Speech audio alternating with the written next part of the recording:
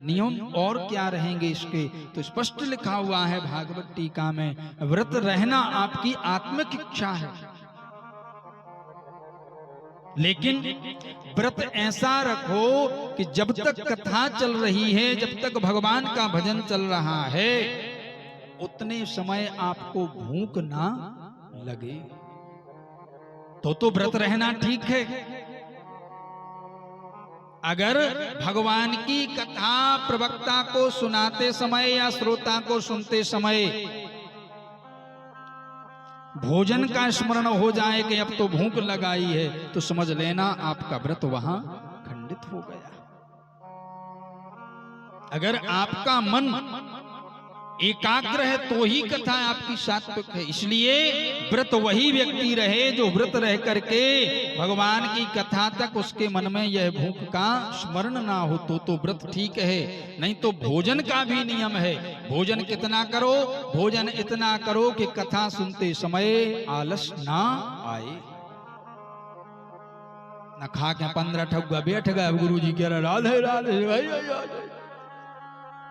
कथा को पता नहीं, यजमान को पता नहीं, प्रवक्ता कोई फल नहीं।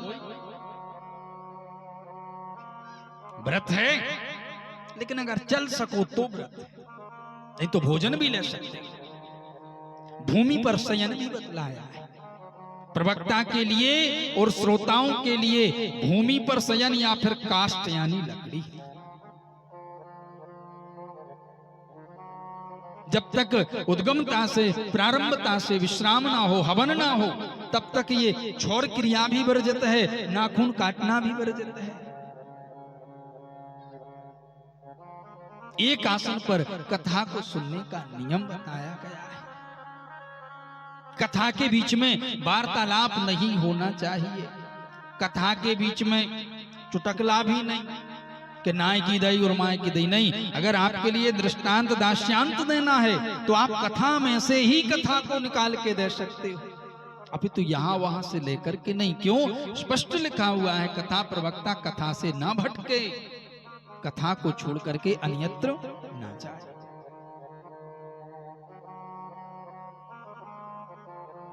अब रही बात ये व्यवस्थाओं की, अपनी जलपान की, तो राजर्षि परीक्षित ने जल के लिए सुखदेव ने बार बार कहा है कि बेटा राजन परीक्षित जल पी लो, जल पी लो, जल पी लो। बोले गुरुदेव, जहां भगवत कथा का अमृत वर्षा हो रही हो वहां प्यास कैसे लग सकती है? तो अगर अपन ज्यादा नियम नहीं बना सकते तो इतना नियम जरूर बनाओ, कथा आरती के पहले ही जलपान करके इतना बैठो कि 3-4 घंटे जल ना मांगो।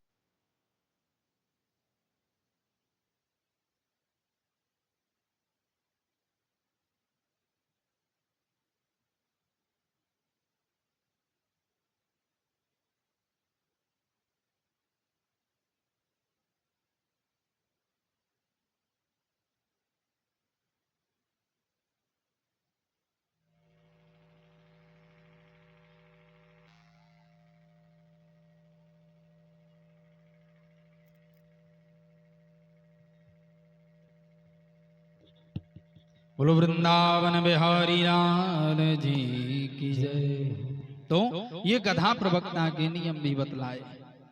तो आप लोगों से भी मेरा विशेष आग्रह है, प्रत्येक व्यासपीठ से हम यही आग्रह करते हैं कि जितना भी जलपान करना है कथा के पहले कर लो, कथा के बीच में जल फेरी करना जरूरी नहीं है। और अपने यहां तो नियम बने हैं जरदा चूना के। कथा सुनवे बैठे के पिकनिक चल रही, बताओ आप।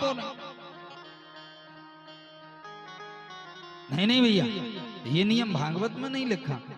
न कोई प्रवक्ता कह सकता है कि सुपारी की कह रहा है सुखदेव के परीक्षित श्रोताओं के लिए सुपारी बांटी जाए, जर्दा दिया जाए। नहीं, भगवान की कथा व्यसनों से दूर करने के लिए सुन रहे हम और वे व्यसन पंडाल में अड़े फिर रहे। अरे ये से अच्छे तो मेड़ पे बैठो,